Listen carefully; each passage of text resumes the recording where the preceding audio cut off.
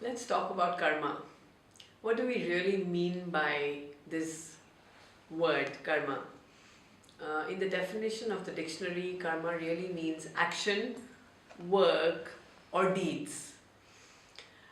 What is all this hype about karma? Because when people do something wrong to you, you just turn around and say, okay, you know what? I'll allow karma to take care of it, and you feel guilty about stuff that you have done in your life, and you believe that there's the law of karma that's going to work on you. So what exactly is here? Let's have a clear understanding of this law. Uh, the universe has certain principles and laws by which it works, and one of the laws which we all know is the law of gravity.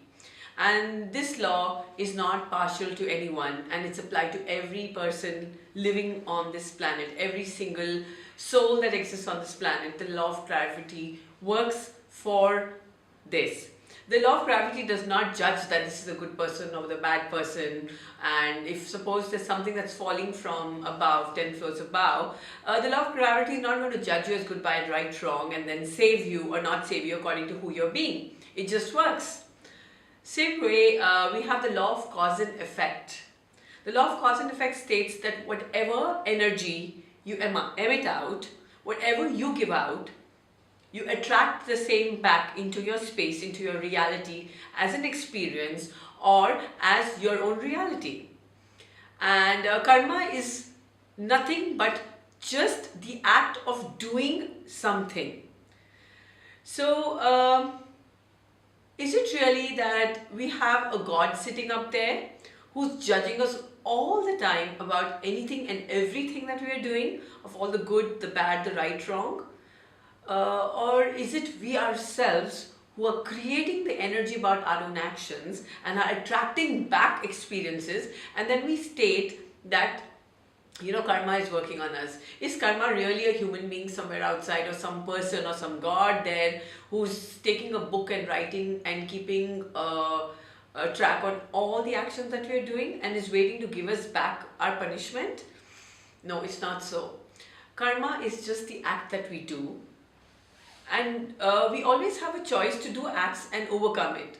That does not really mean that you do acts of causing damage and you hurt people and you just do what you want to and get away with it. In reality, what really comes back to us is our own guilt, the energy of guilt, the energy of fear, the energy of this conditioned belief that karma is going to come back to us. Let me be more precise and clear about this law of cause and effect. First of all, as aware human beings, we all have a choice to operate from our divine wisdom or consciousness or awareness. And when we function from this space of our awareness, we normally operate from a space of oneness. There's no separation between two souls or two human beings. But when we function from the ego, which is not a space of awareness, we get caught up in separation, and we get caught up in the distinction of you and I and the differences between us, and that's when we start causing damage to people in terms of being rude to them, being unkind to them, or doing things that we don't do. And we make mistakes, sometimes intentionally, sometimes non-intentionally. And when we make non-intentional mistakes, when we don't know that we're making a mistake, we normally commit the mistake and we get over it. And then later on we move on further and we realize, oh, that was a mistake. So we learn from it and we move on. In that case, nothing is going to come back to you as karma. But in the second case, when we cause intentional damage, operating from ego, what happens is your inner wisdom or your inner guidance is nudging you, and you know that you've done something wrong, and you have a fearful feeling inside you, or you have a guilty feeling inside you that is nudging you that whatever you did was not a behavior that can be approved of.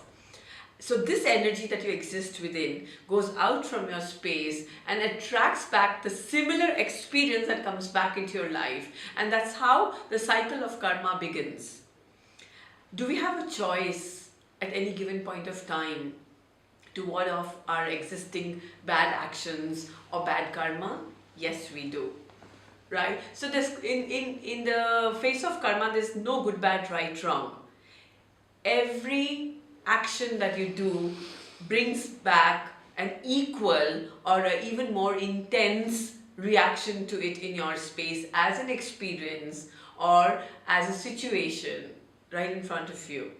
So, simply said, karma is not a punishment for you that if you've done wrong, it's going to come back to you, or if you've done right, that is going to come back to you. It simply is when you function from a space of ego and from a space of non-awareness, and when you function from a space of intentional damage to people, situations, and when you cheat them intentionally, somewhere you're carrying this guilt, you're carrying this whole energy inside that you've done something which is not approved of, and you begin to judge yourself.